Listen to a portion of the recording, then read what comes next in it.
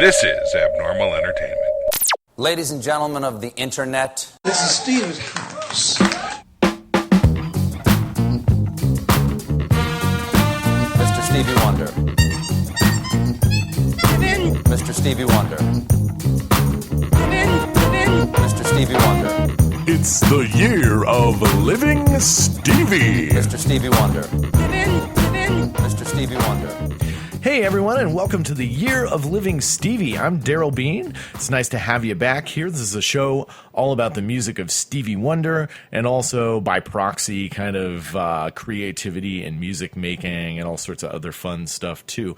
I'm having a real good time making the show for you. I hope you are enjoying it as well. I am really excited as usual, but even more so. I know I'm always excited about the show that I'm bringing to you, but today it's a little different because our guest on the show is legendary musician Dennis Coffey, a original funk brother from the 1960s on the Motown label.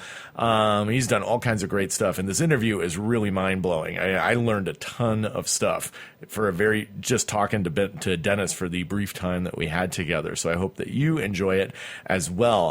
The only thing I guess I'd throw out there before we get into it, I really want to get right into things because it's a really exciting day, and there's a lot of great stuff for you to check out. But I'd love to hear from everybody. I've been watching the Facebook page and email and checking every once in a while. And it would be nice to get some feedback on the show. So if you've listened to the show, and some people have been really great and come up and give me some verbal comments, that's really cool. And I really appreciate those things. They make me feel really, really good. But good reviews and posted comments really help drive people to check out the show. So if you think the show is something that somebody else might enjoy, not just you, it might be nice to have some comments on the iTunes page or Stitcher or on the blog spot, or if there's some things that you hear that you would like to maybe suggest, that would be kind of cool too. I'm very open to those kind of things, but it'd be nice to hear back from you guys. So it'd be really cool if we get some Facebook posts, maybe some Twitter hits, some emails, whatever the case might be. Hit us up. It would be really, really nice to hear to you. But without any further ado, we're going to get right into it.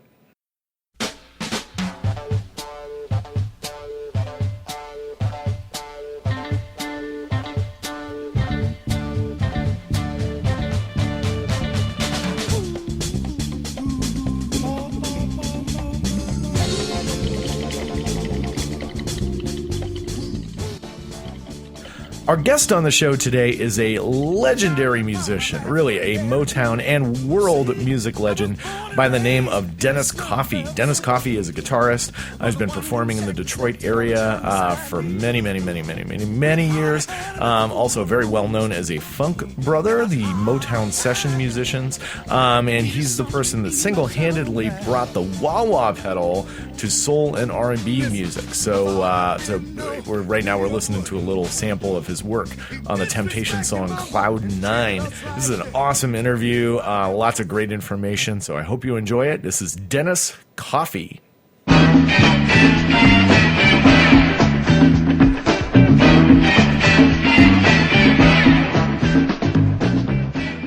Dennis Coffey, thank you so much for sitting and talking with us here on the podcast. Without going too far back, you're a Motown legend. And a legend here in Detroit, so there's no need to kind of beat that up too much. But one thing that might be fun for us to know and for the listeners to know is what kind of things you're doing now. What are some projects that you have going on right now that are exciting? Well, I've got a new CD out this year, Hot Coffee in the D, on Residence Records, and they're out in Beverly Hills, California.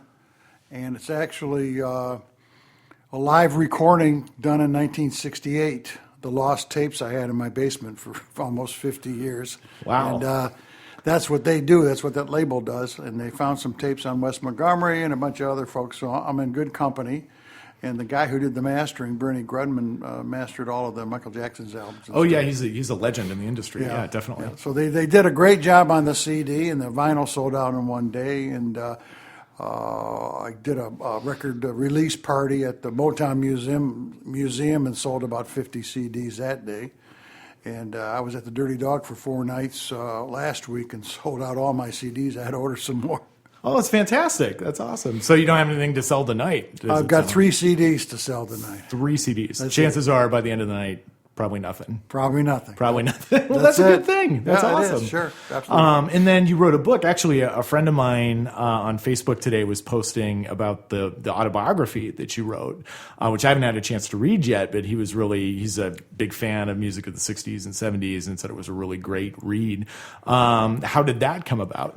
You know, I read a lot of music books written by ghostwriters and written by writers, and I realized that a lot of assumptions get made, not that they're not good writers, but they weren't there. Mm-hmm. So I decided, because I could, I'm going to write a book from my viewpoint, autobiography, and just my experiences.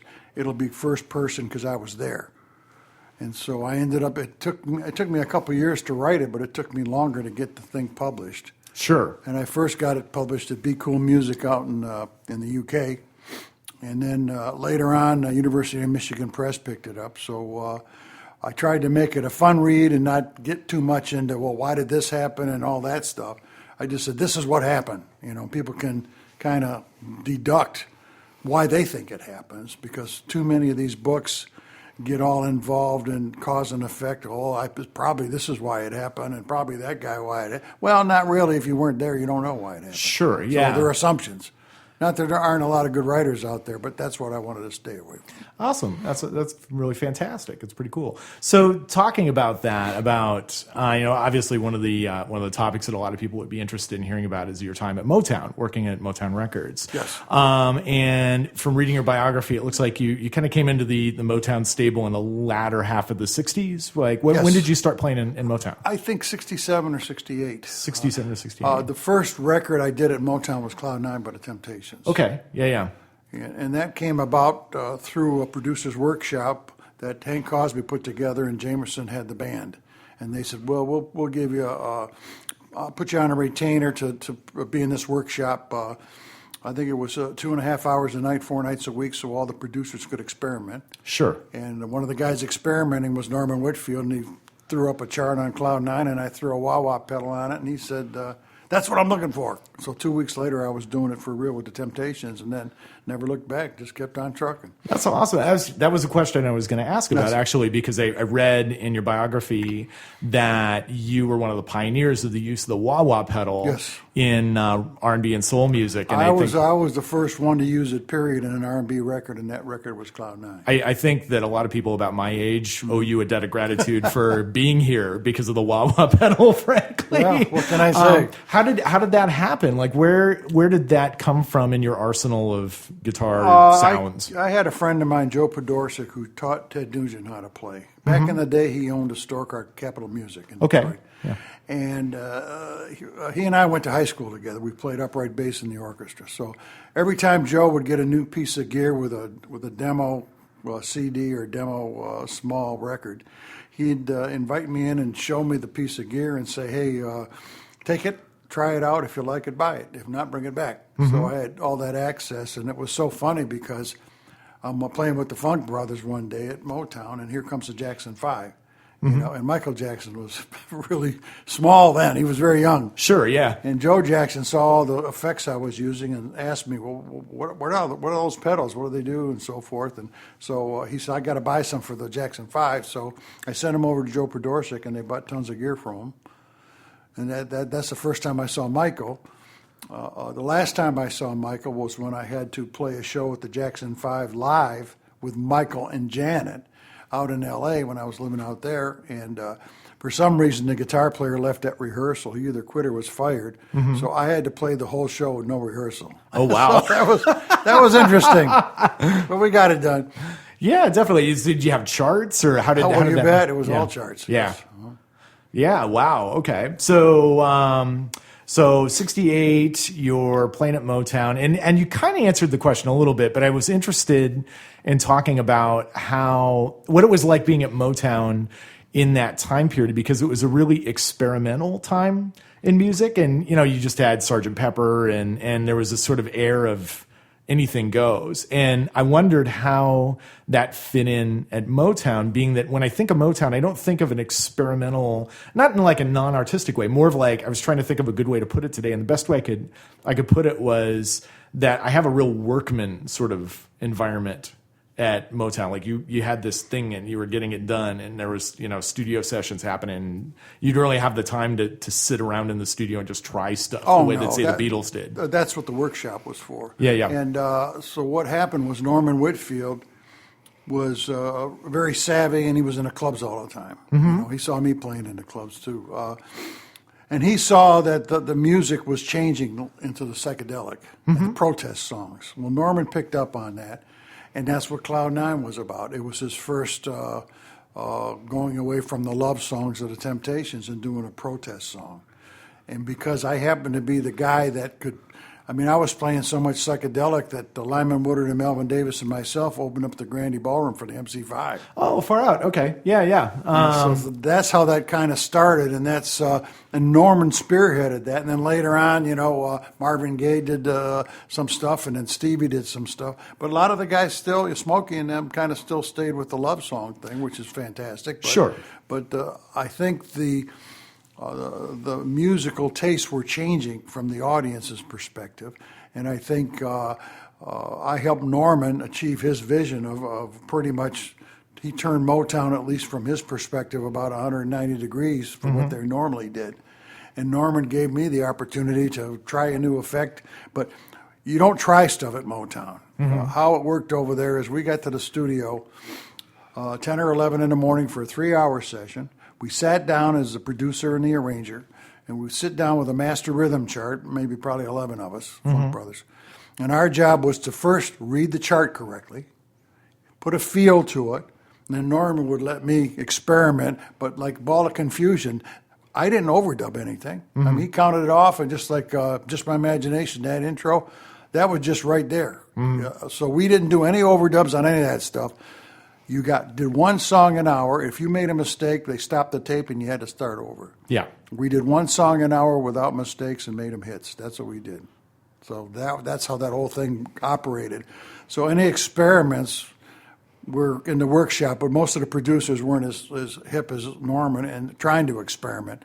Norman definitely used it to his benefit, but once I did Cloud Nine, Norman never came to the workshop anymore. He just put me in the studio, read the chart, and then he was great at breakdowns and all that stuff, and Norman would be right in front of the drummers, and we'd all be sweating in the heat, it was funky, and getting that stuff down, and that's how we did it.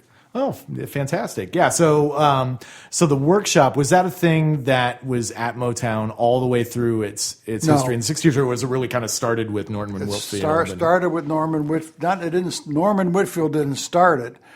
Hank Crosby and James Jamerson started it. Gotcha. Okay. And Norman just took advantage of it, of what it was supposed to do, and so he actually did it. Some of the other producers came through, but not as many. And then over time, it kind of, I think also Motown may have got rid of a few producers that probably weren't getting hits, because they probably said we don't have enough time. And they gave them the time. So I don't know, because I wasn't into the politics of it, but. That's how it started, and that's how I got started at Motown. Jamerson called me up, introduced me to Hank Crosby, and Hank offered me the job doing that. Oh, fantastic. That's really interesting. I was looking into the history of that time, and I was reading a little bit about Invictus Records, because you had some songs that you'd played on there as well. All of them. And then that was started by Holland Dozier Holland. It was. And it was sort of like, I don't know, was it a rival label to Motown, or was it? Well, it started because Holland Dozier and Holland had a big disagreement with Motown and Barry, and they were suing each other.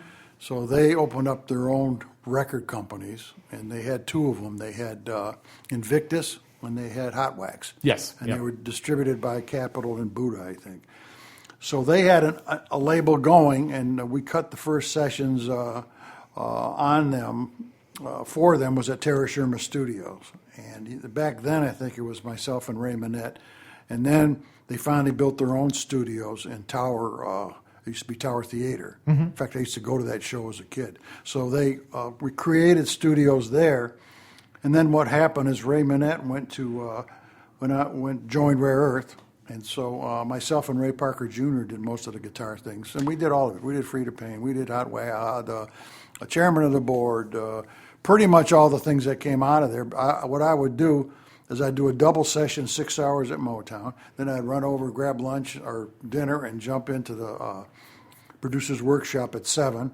And at 9:30, I'd get done, and that'd give me enough time to get over to Tower Studios at 10, and I'd be recording with those guys. So one day at Motown, Harry Balk was working for him, and he called me in the office. He says, "Look," he says, we don't like you working for Holland Dozier and Holland because we got this big thing against them and everything, and we don't want you to do that." And I said, "Harry, I'm not under contract to Motown. Some of the Funk Brothers were under contract. I was not one of them. Me and Bob Babbitt were not under contract." So I said, I just do what I want. He says, "Well, we won't call you anymore." Oh, okay. So he didn't call me for 2 weeks. I was on timeout. And then they called me, and they never said a word about it after that. That's fantastic. So, it sounds, when I listen to the songs from Invictus, there's a real similarity. I mean, obviously, there's going to be a similarity in a writing standpoint because it's Holland Dozier Holland, but even like the instrumental tones and the style of the players and stuff. So, some of the Funk Brothers were under contract to Motown and didn't play on those sessions. But were there other? No, nobody did on those sessions. Basically, Sylvester Rivers was a keyboard player, and a guy named Peanut was the bass player. I played guitar with Ray Parker Jr., and they had a conga player, Jerry something. So it was a separate rhythm section, and none of them were Motown guys. Oh, how about that? That's amazing. But the engineer was. Okay. The engineer, Lawrence Horn, they took him with them over to their label. So the EQ sounded the same. Sure. And HDH made the same kind of hits. But the Funk Brothers, after a first session or two at Terra Sherma, a couple of Funk Brothers were on that. But once they got over to their Tower Records and the Tower Studios, there were no Funk Brothers over there. Oh, interesting. Except me. That's fantastic. So, Stevie Wonder, because this is our kind of theme of the podcast, is Stevie Wonder. So tell us a little bit about your professional association with Stevie and what that was like. Well, I went to the St. Regis when he married his first wife. I was at the wedding. And there's a picture on the internet of me and Jamerson and Martha Reeves and Hamilton Bohannon sitting at the table there. Was that Sarita? Or Yes. Yeah. Okay. So I went to the wedding, and I did some sessions. We can work it out with Stevie, and I did some overdubs for him. And Stevie just hears everything. So if you're in the studio, and he'll hum guitar parts to you, and he hears everything. So you got to play him exactly, almost trying to get in his head. I mean, he's a great producer and great artist. So we're doing It's a Shame with the Spinners, and Stevie's producing it. So he's over there in front of Uriel and Pistol humming drum parts to him. So they're trying this and they're trying that, and I think it was Uriel said, Stevie, we really don't hear it, man. Really don't hear it. Here's the sticks, you do it. So Stevie played drums on that record. We were talking about that in an interview that I did a couple weeks ago, that the drummer in this band had talked to the guy who plays drums for Stevie now, in his live band. Okay. And the guy who plays drums with Stevie now had said that he had to almost rethink how he plays the drums and approach it the way that somebody who had never seen a set of drums had learned how to play it, because it's like the feel was so different. Yes. Because it was based on sound rather than on, I watched this guy do that and then I copied that, and it was really interesting. It's kind of an interesting insight on his drumming, because, his drumming is so different than everybody else's. Like, I can almost immediately tell when Stevie's playing drums. Well, last time I saw Stevie was at, because I'm a Motown alumni, I'm going to do it again tomorrow at the musical. I'm getting invited to the show again. Oh, cool. I got invited to the show in New York before it came out the day before on Broadway, and I saw Stevie at one of the after parties. And it was funny because Stevie's thanking me for what I did contributed to Motown. And I said, Stevie, what about all the stuff you did? But that's the kind of guy he was. Yeah. Really nice guy. Stevie's just a great guy. Yeah. Any stories? I mean, like, I feel like I just shut up and let you tell us tell Stevie, stories. I did. Stevie got he got into his own thing, and then he started doing his own records out in the record plant in L.A. and stuff. And I was out there, but I didn't really do that much with him because he was put together his own group, sure, and all that kind of stuff. So I did all the sessions here, and then when Motown was out in L.A., they went out there in '73, and I went out there too with Mike Theodore. We were once Motown left, there was like a vacuum here. There was no economic engine, so to speak. So out there, when I first got out in L.A., I told Motown I was out there. But, Mike Theodore and I were signed to Sussex Records, and we were on a salary. So the risk was not there like for some of the other guys. So a couple of months I didn't hear from them. Then Motown called me up and said, we want you to do a session 10 o'clock in the morning. And Mo West was on Santa Monica Boulevard, and they had a big tracking studio downstairs and an overdub studio upstairs. So I started at 10 o'clock in the morning. And they kept bouncing me back and forth from overdubs to live tracking. I didn't get done with that one session till 4 a.m. the next day. Oh my gosh! So it was pretty wild. Wow, that's amazing. I was thinking about after Motown and after all that sort of thing, and you've done some session work with some more current artists in addition to your own solo records, and you had a great solo career in the '70s too. We'll probably come back to in just a little bit. Okay. But as far as current artists, you worked with Mayor Hawthorne, right? I did, yeah. I did one song on his album, and he did one song on my album. Oh, fantastic! So what was that like? What was that experience like? He's like Stevie in a way, but he's talented, but he's not Stevie. But he's humming guitar parts to me. I said, Mayor, okay, I'm going to try and give you this. I said, the only guy that usually does that to me is Stevie Wonder. And then I played on the last album with Booker T. I played on that album with the Roots Band. Okay. The president of the label flew in and overdubbed me on guitar after the Roots had done the tracks with Booker. Okay. So you weren't. So were you in the studio with the Roots, or no? I played with the Roots when I played on the Fallon show. Oh, okay, cool. Yeah, very, very cool. When you've done like everything, holy cow! I mean, is there anything that you'd really like to do yet left in your career? Is there anything that you're really kind of itching to do? No, what I do is I just play my music, and then. Sometimes you get a phone call. I did a project. A guy called me up to do this project called the Cambodian Space Project.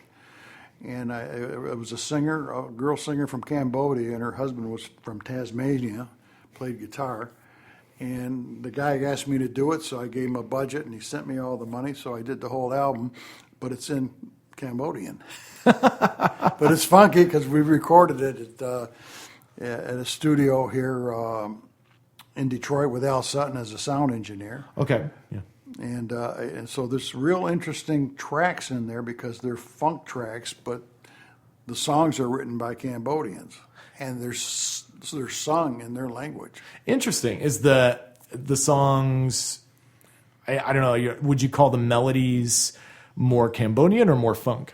What they were trying to do was like for a 10-year span, the Khmer Rouge over there killed all the musicians and educators and all that stuff. So they were trying to replace that culture by doing this album. One song in there is a twist, and another song's this, and another song's a very folk Cambodian song. It's just got those strange melodies to it. And then I started bouncing off strange guitar melodies off the singer. And it's real spooky, like Whiskey Cambodia, Huh. Interesting. I guess the next thing that I'd kind of want to bounce back a little bit and talk about your solo career with the Dennis Coffey Guitar Band through the 70s, and particularly Scorpio, and looking at how many different artists sampled that and used that as sort of a backbone in 80s and 90s rap was kind of amazing to see too. So tell us a little bit about how that evolved from where you were at as a session musician. Well, Mike Theodore and I were producing together. We were doing arrangements for like up to 40, 50 pieces. We were doing whole string sections and horn sections and scoring them out and everything. So I just thought, what if I wrote some songs and overdub like Les Paul sound on sound and come up with stacks of guitars playing horn and string parts. So I wrote those 10 songs. I had a sound on sound recorder in my basement, and I just layered them. And I demoed that for Mike Theodore, and he loved it, and he sold the idea on Clarence Avon. So we did the album. I had the Funk Brothers, except for Jamerson. I had Bob Babbitt on bass, and I didn't have the guitar players because I played guitar. But I had Earl Van Dyke, and I had on keyboards, I had Uriel and Pistol on drums, and I had Bongo Eddie and Jack Ashford. And that was the kind of the nucleus. And then Bob Babbitt, I mean, that bass solo he took on Scorpio was just out of sight. You know? Yeah, so. It's one of the things I was really grateful for. Among many things in the Standing in the Shadows of Motown movie was the light that it threw on Bob. Yeah, because Jamerson is an amazing bass player and a one of a kind, but that also sells.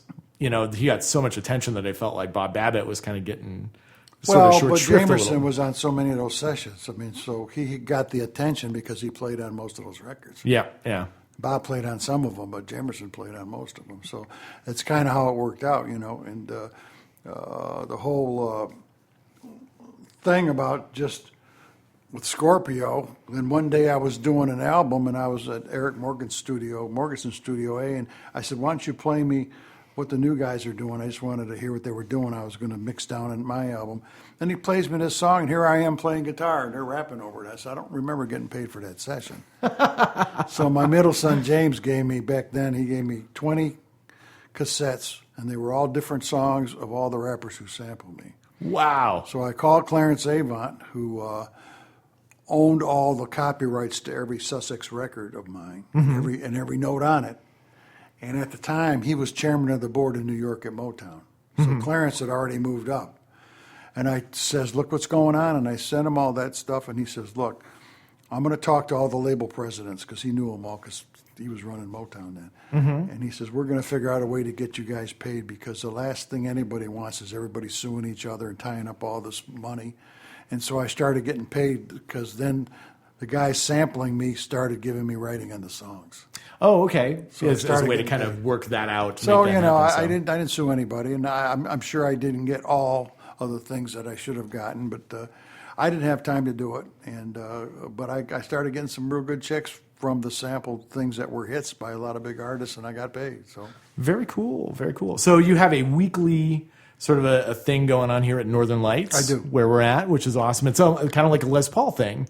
It is. I played with Les Paul before he passed away, and I played at the Iridium in New York with the Les Paul Trio, and I played in his hometown after he passed away, Waukesha, Wisconsin. I actually did a concert with the Les Paul Trio, minus Les in his hometown. Oh, wow. So did you get to have a personal relationship and be friends with Les? Les, by the time I just spoke with him briefly, if you look at Les Paul, or you look like Smokey or Berry Gordy or Stevie, any kind of big event, there's so many people lined up to talk to them that you're lucky. I said a few words to Les Paul, because a guitar player from Detroit, Wayne Wright, convinced Les to come out of retirement. And so, and Les said, yeah, that was him. And then Lou Paulo kind of took over. But I had a tour of the Les Paul Museum in Waukesha. He's got a whole section.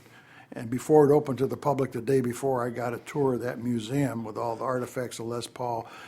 And his trio told me all the inside stuff. It was very cool. Oh, yeah, it is really cool. At the Rock and Roll Hall of Fame Museum, they have or at least the last time I was there, they had a Les Paul exhibit.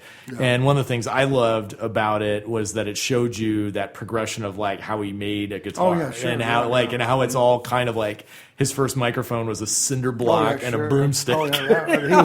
He was like an engineering kind of genius for sounds and recording techniques. And I played at the Rock and Roll Hall of Fame with Larry Carlton when it was a celebration of the 355, the 50th anniversary, because he's the 335 guy. Sure. And then after playing with him and then playing with Les Paul at the Playhouse Theater in Cleveland, Gibson finally gave me a brand new 355 guitar, so that was cool. Nice. That works out pretty well. Yeah, how are we doing on time? couple minutes. Couple of minutes. Well, actually, this would be a good time to wrap it up. Yeah. And encourage anybody that's listening to come out on a Tuesday night to Northern Lights and see Dennis Coffey and his group play. And it's been a real honor and a real pleasure to chat with you and hear these great stories. Well, thank you. Absolutely. Thanks a lot. Okay. Here's Dennis Coffey live at Northern Lights Lounge in Detroit with Signed, Sealed, Delivered.